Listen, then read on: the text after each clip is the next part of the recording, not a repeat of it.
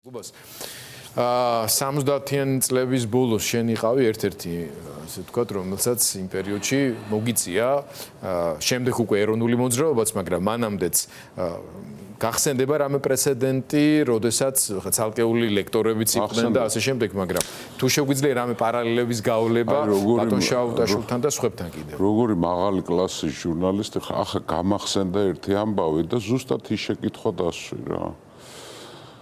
ჩემი სტუდენტობის დროს უნივერსიტეტში მოხდა ასეთი ამბავი, სტუდენტური დღეები იყო, ეს ზეიმი იყო საერთოდ რა. უნივერსიტეტის სხვადასხვა ფაკულტეტები ვეჯიბრებოდით ერთმანეთს და ხა ფაკულტეტს არ დავასახელებ. იმათი წარმომადგენლები ბიჭები იყვნენ უმეტესწილად, გამოვიდნენ, ნასვამები იყვნენ, იმიტომ რომ ეს ისეთ თავისუფალი დღეები იყო რა. და ერთ-ერთმა რადგანაც არ ნასვამობის დროს ფაშისტური რა ქვია მისალმება გააკეთა სენაზე. ნუ დაინგრა ლამის საბჭოთა კავშირი. ჩეპე იყო ესა რა. მოსკოვიდან ჩამოვიდა მახსოვს ეს ჩემ თაობის უნივერსიტეტელებს ყველას გახსოვთ ეს ამბავი. მოსკოვიდან ჩამოვიდა ცეკას ინსტრუქტორების ჯგუფი ჩამოვიდა. ნუ აი ლამის დახურვაზე იყო ლაპარაკი უნივერსიტეტის დახურვაზე და მე მახსოვს როგორ იომა მაშინ რექტორმა ვაჟა ოკუჯავამ და პრორექტორებმა ჭილაშვილი იყო ასეთი უმკაცრესი კბილებით იომეს ამ სტუდენტებისთვის. კბილებით ვერცეთი ვერ გარიცხეს. აი საციხოთ მიდიოდნენ რა ადმინისტრაცია უნივერსიტეტს. მე ხომ აი ახლაც ახლა დაგაყრის თანზე რა როგორ იომეს მაშინ ჩვენმა რექტორმა და მაქვს ამას მნიშვნელობა და დღეს როდესაც ხედავთ სრულიად საპირისპიროს რისი მაჩვენებელი რექტორისთვის ყველაფერი ტრიალებს სტუდენტის გარშემო. უნივერსიტეტი არ არის შენობა. ათენის აკადემია ხალხს გონია რომ იყო შენობა. ბაღი იყო, ბაღი ღიად სისხლში საუბრობდნენ. სტუდენტია მთავარი და მე მახსოვს მაშინ როგორ იომა ჩვენმა რექტორმა და ჩვენმა პრორექტორებმა და ნუ არ ვიცი რა იურისტებს ყავდათ კაკო აღარ მახსოვს ლაბარტყავა გვარად ის როგორ იცავდა თავის სტუდენტებს კბილებით იცავდა თავის სტუდენტებს. რა ამ შემთხვევაში კიდევ ერთ რამეს აქვს მნიშვნელობა, უბრალოდ ტელემაყურებელს კიდევ ერთხელ გენეზისი რო შევახსენოთ ამ კონკრეტული თეატრისა და კინოსახელმწიფო უნივერსიტეტის სტუდენტების პროტესტის.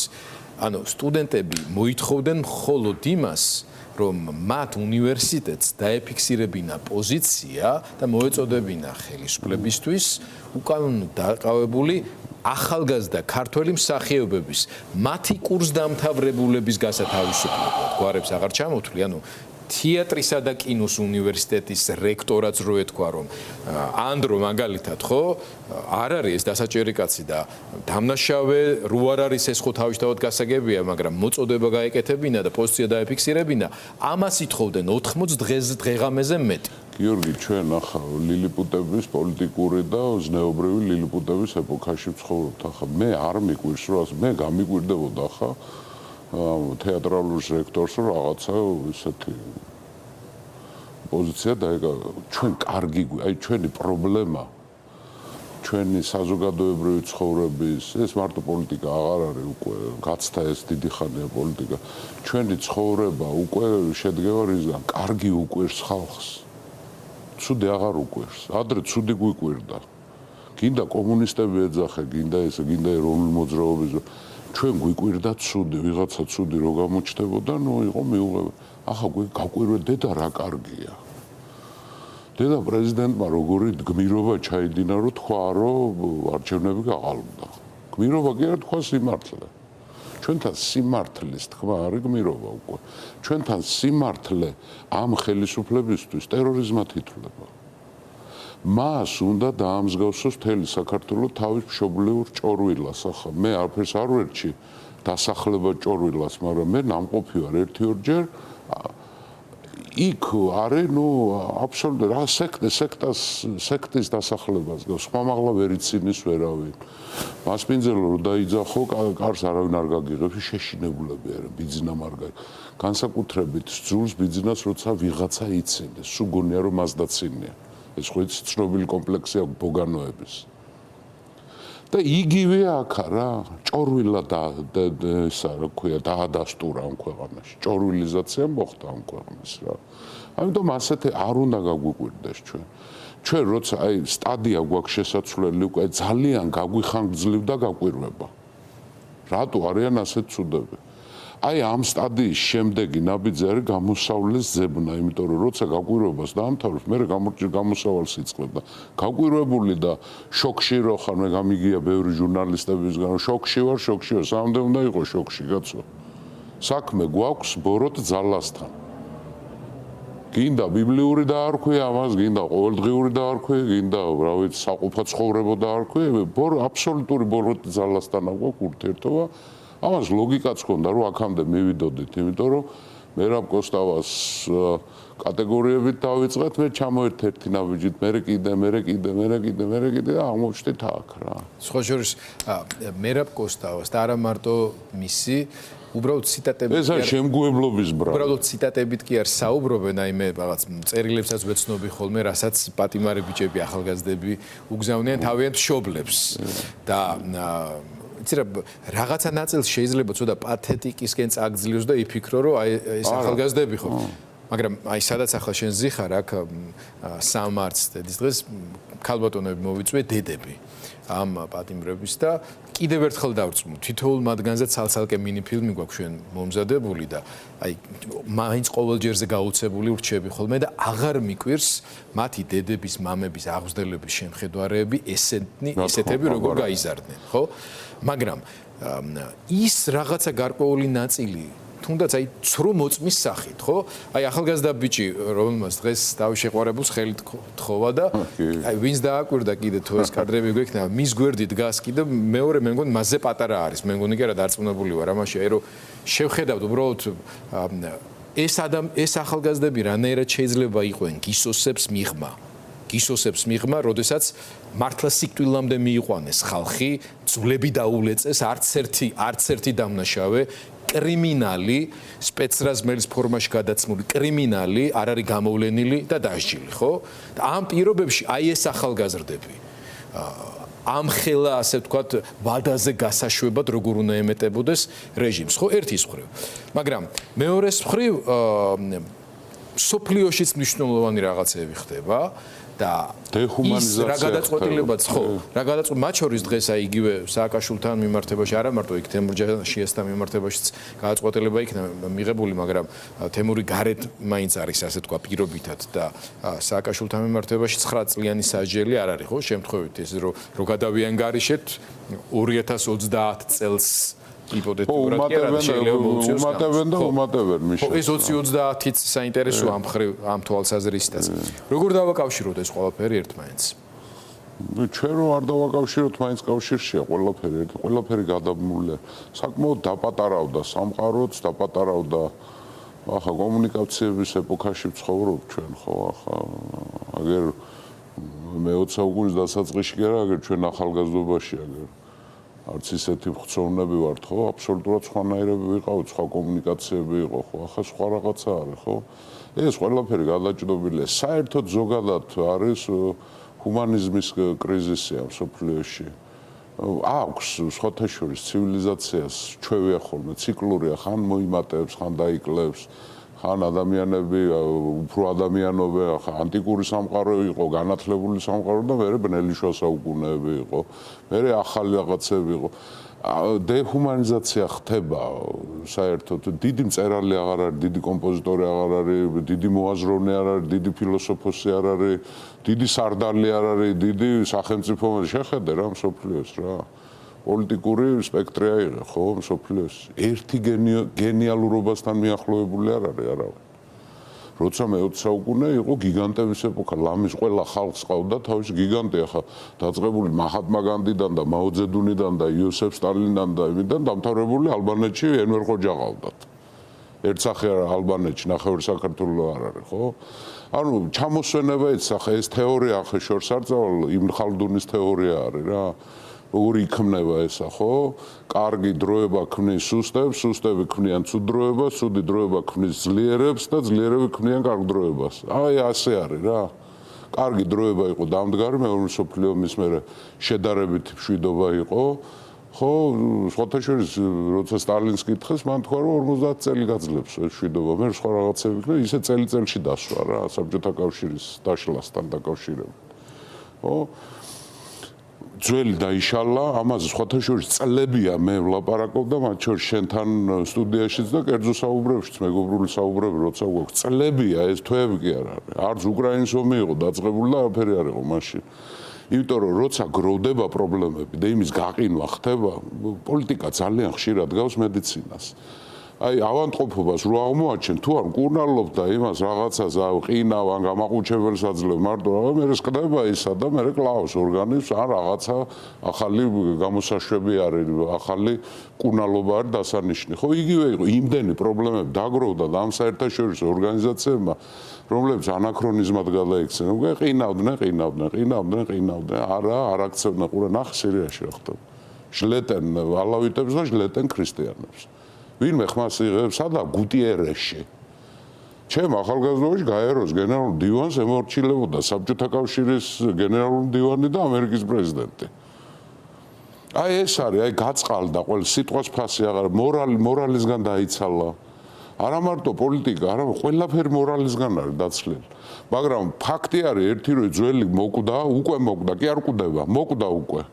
აი ახალი როგორი იქნება, რამდენი ხანი გაგრძელდება, დიდი ხანი შეიძლება გაგრძელდეს. ახლა ამას ეძახიან 30 წლიან ციკლს, ხო? ევროპაში იყოს 30 წელი, ალბათ არ გაგრძელდება, მაგრამ რამოდენიმე წელი გაგრძელდება. ის რაც უკრაინაში ხდება ახლა სამშვიდობო პროცესი, იქაც ორი ფაზა იქნება, ერთ ცეცხლის შეწყვეტა სულ სხვა რამეა და მეორე სამშვიდობო მოლაპარაკება აბსოლუტურად სხვა რამეა. ცეცხლის შეწყვეტა შეიძლება მივიღოთ, მაგრამ სამშვიდობო მოლაპარაკება შეიძლება წლები გაიზარდოს. ან საერთოდ შეწყდეს. ჩრდილოეთ და სამხრეთ კორეა გაიყო ცეცხლის შეწყვეტის დოკუმენტი არსებობს, სამშვიდობო ხელშეკრულება არ არსებობს იქ. ამიტომ ეს ყველაფერი გადაჭრობილია. ამიტომ მივიღეთ ჩვენ, იმიტომ რომ წაუყრუეთ, ერთხელ წაუყრუეთ, ორჯერ წაუყრუეთ, მაგრამ უკუ პროცესიც დაიწყო. აი მერაბ კოსტავა, რომელიც ჩემ უფროსთაობას მანავაინც არ მოწონდა, გიჟად თვლიდნენ მერაბს. იმიტომ მაშინ საყოველთაო ძღომის პერიოდი იყო, ბრეჟნევის დროს ქართველები რო ცხოვრობდნენ, ისე მე მგონი თამარ მეფის დროს არ ცხოვრობდნენ, ხო? უძრაობის პერიოდი. ხო, საყოველთაო ძღომის და მესი დროსტარე. ხო, სინდისი ხო იცი, სინდის ყოველთვის გაწუხებს, ამიტომ ყველაზე იოლი გამოსავალი რომ გამორთავ სინდის და ხარ კომფორტში რა.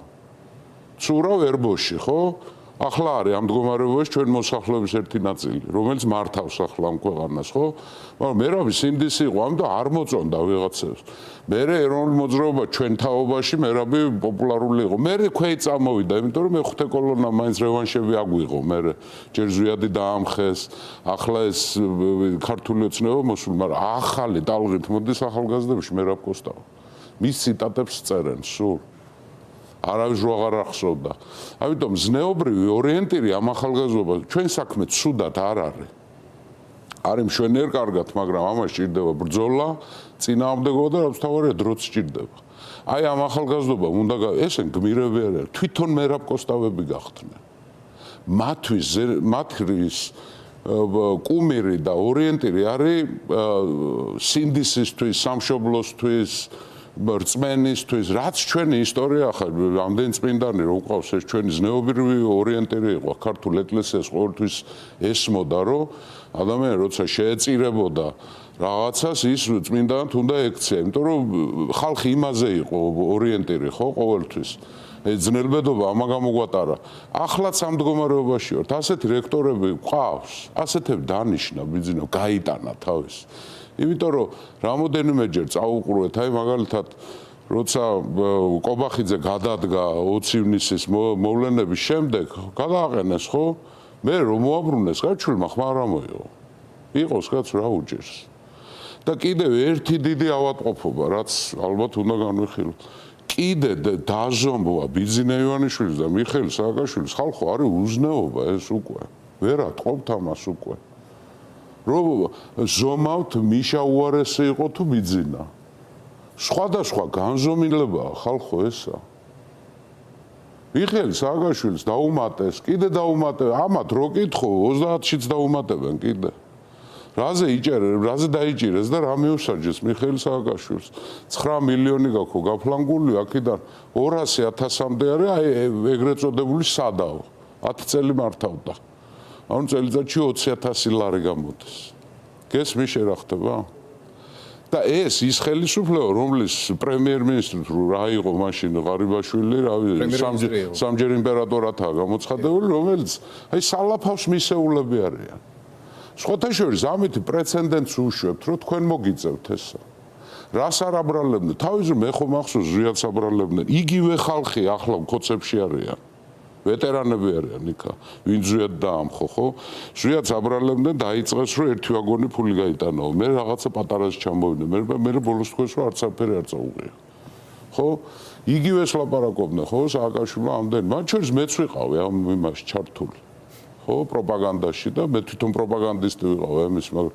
მე მივხვდი შევხედე ვნახე აზრის გამოცვლა ხალხო ეს არ არის უბედურება იმიტომ ადამიანი აზრს იცვლის იმის გამო თვითონ შინაგანად როგორ თვლის რა არის სიმართლე როცა გაიგებ რომ დღეს სიმართლე გონია და ხვალე გაიგებ რომ ის თურმე ტყუილი გონია უნდა გამოცვალო ხო როგორ შეიძლება სააკაშვილის მემკვიდრეობა ჯერ შეფასებული არ არის და ერთი რამე იცოდეთ ძვირფასო ქოცებოდა ну ახლა სულ ვიკავებ თავს მაგრამ მაინც უნდა ოპოზიციის ის ნაწილი რომელიც დღეს ისე ქალწულობას აწვევით ისე დღევანდელ გადაწყვეტილებასთან დაკავშირებით ჩვენ რაშვაში ვართ მიშასთან ერთი რამე იცოდეთ რა მე გეუბნებით როგორც ისტორიკოსი გუბა სანიკიძე რომელმაც ძალიან ბევრი რამე ვიცი რა თქმა უნდა ყველაფერი არ ვიცი სამართალს გამოგიტანთ ისტორია მიხეილ სააკაშვილის მემკვიდრეობა აქ იქნება შეფასებული უმაღლეს დონეზე ახლა პირდაპირ მინდა ვთქვა რა აღარ არის მიკიბულ მოკიბულის და ზედმეტ თავდაბლობის გარეშე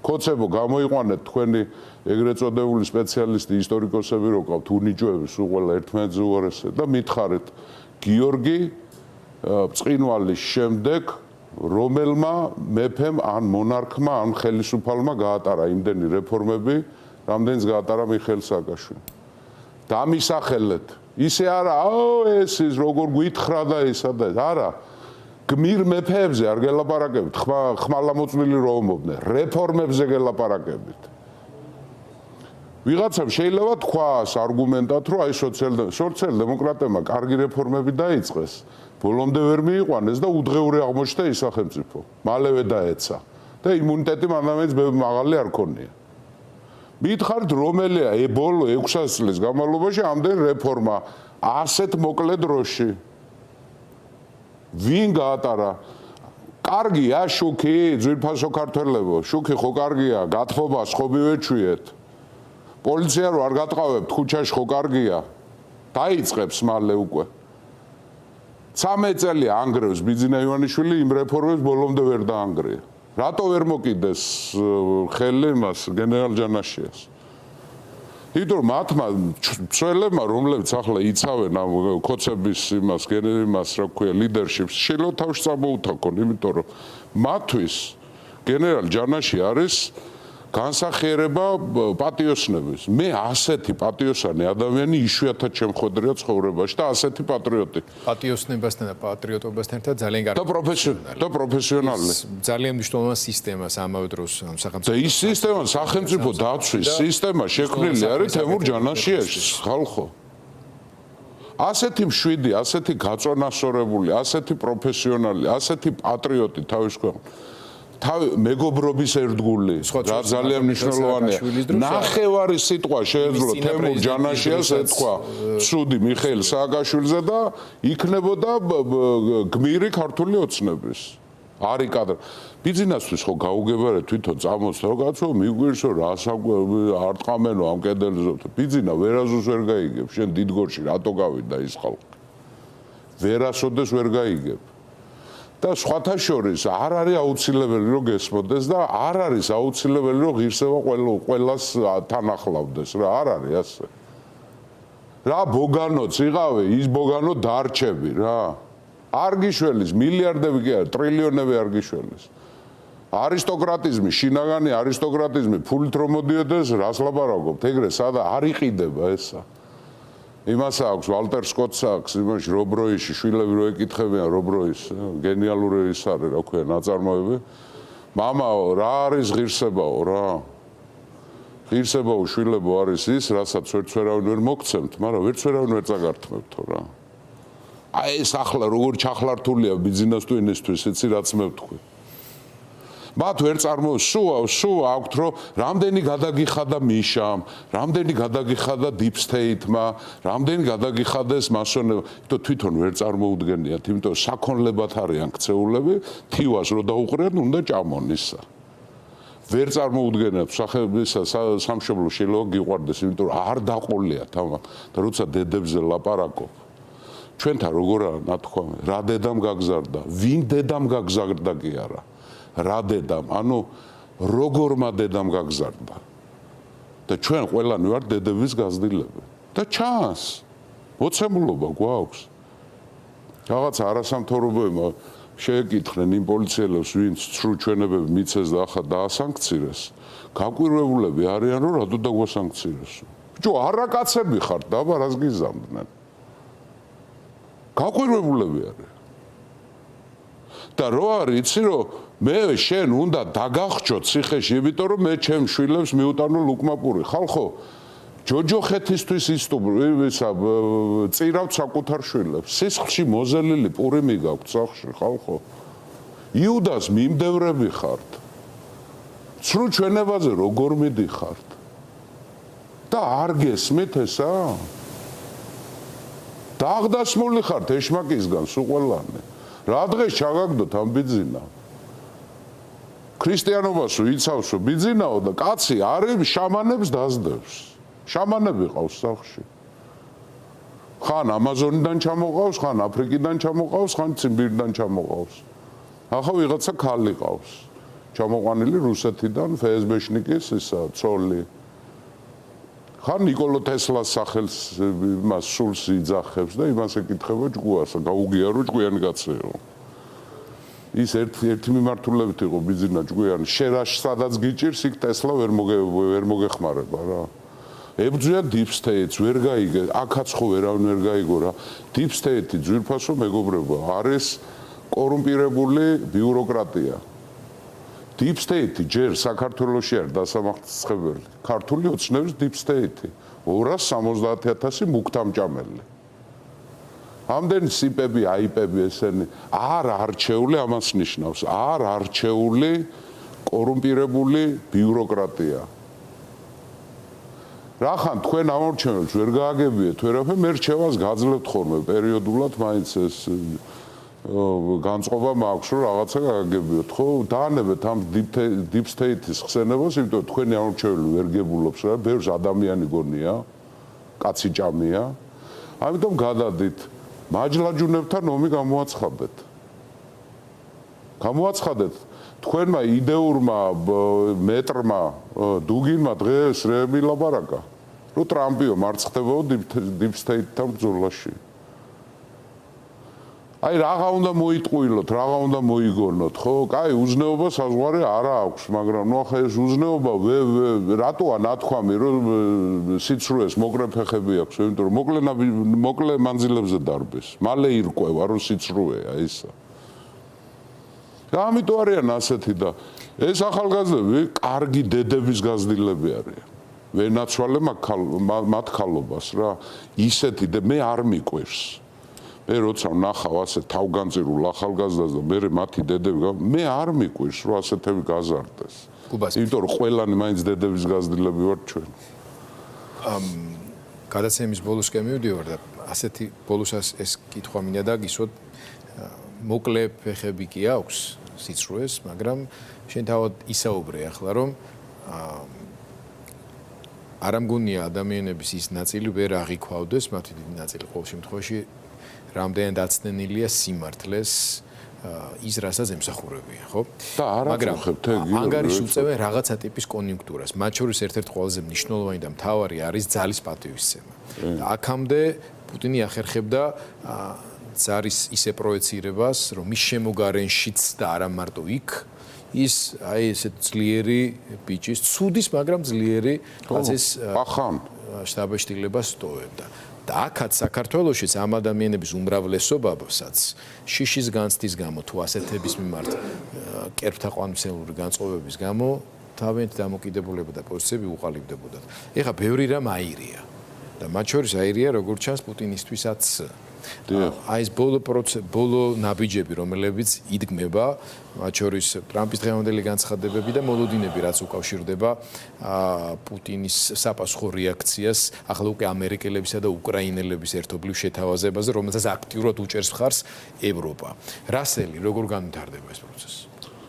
ხო, აქ არის უკვე რახან რუბიომ თქვა, რომ ბურთი არის რუსების მოედანზე, გამოსავალი რუსეთს აქვს ორი, ან უარი უნდა თქვას და ეს არის უი და ან უნდა თქვას კი და დაეთანხმოს ცეცხლის შეწყვეტას და ესეც არ არის თლათ მომგებიანი რუსეთისთვის, იმიტომ რომ აქედან გამოდის, რომ სულ ცოტა ფრეთ დამთავრდა ესო. ფრეს ნიშნავს.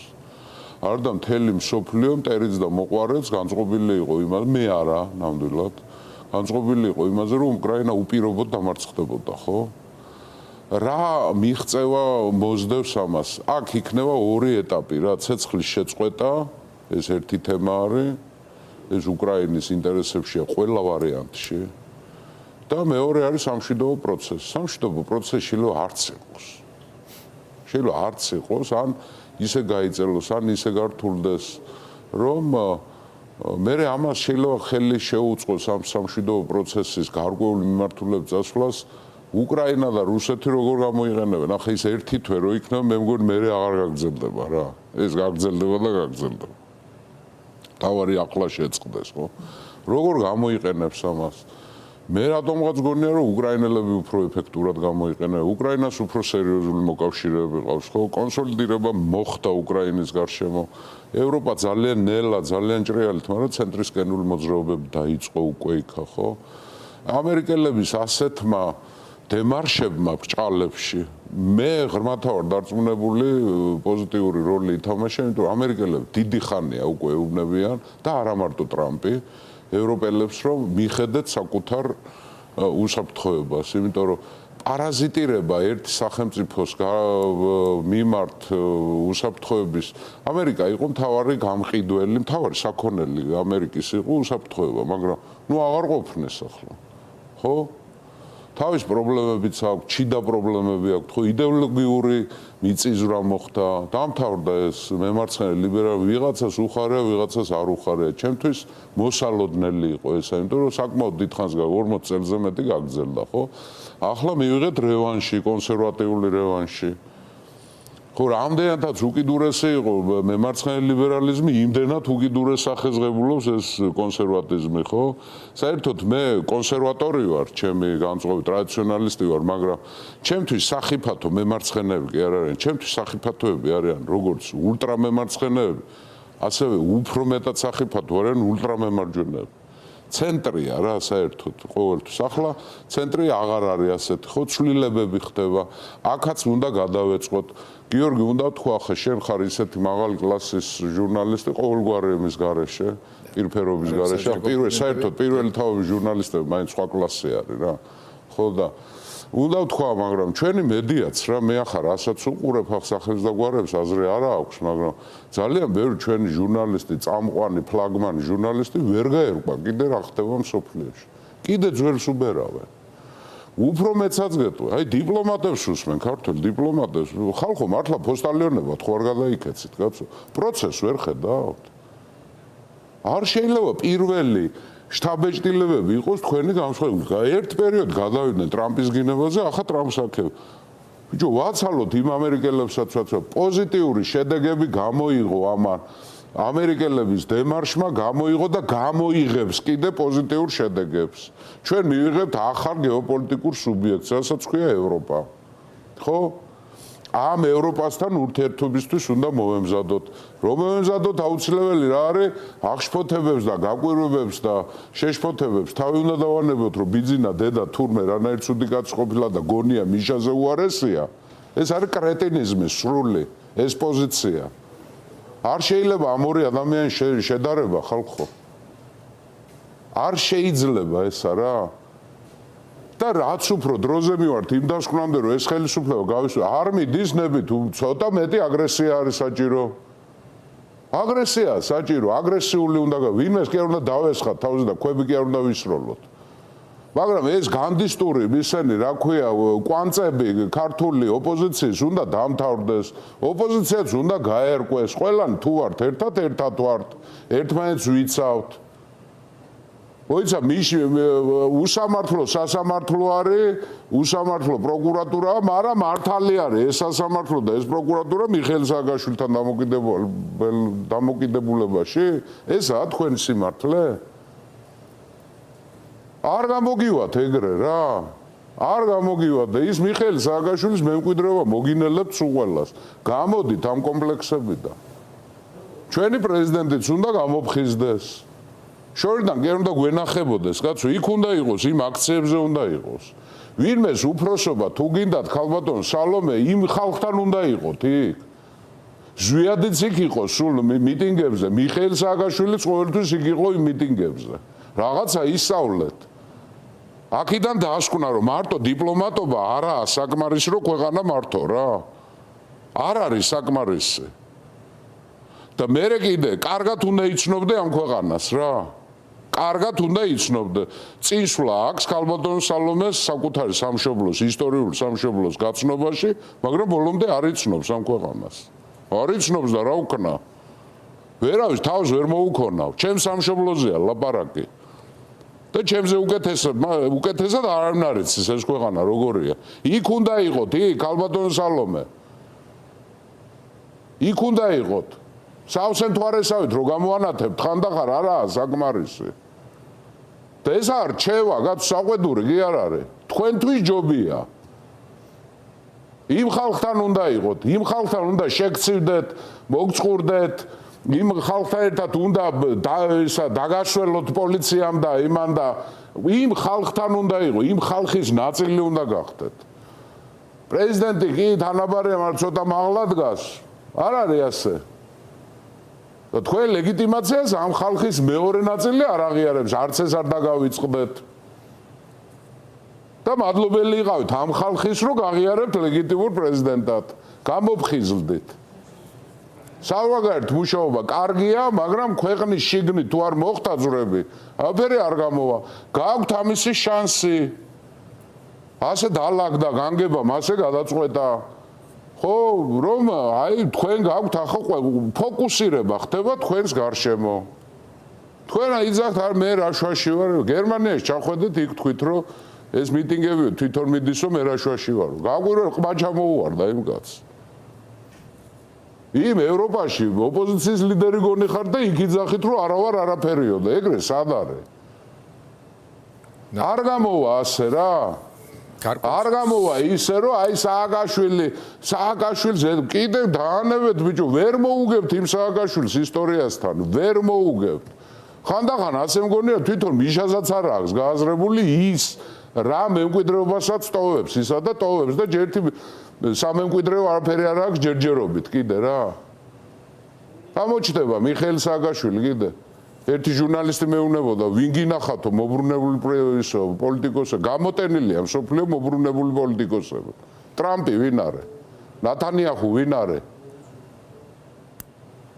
რამდენი არის მობრუნებული? ამიტომ ასე ადრე ნუ გამოიტირებთ მიხეილ სააკაშვილს ძვირფასო ოპოზიციონერებო და ხელისუფლება. თუ და გააკეთეთ 12 წელია ვინმე გიშლით ხელს. რატო ვერ აკეთე? კონტაქტის დამყარება ასე გართულდა საკუთარ ხალხთან?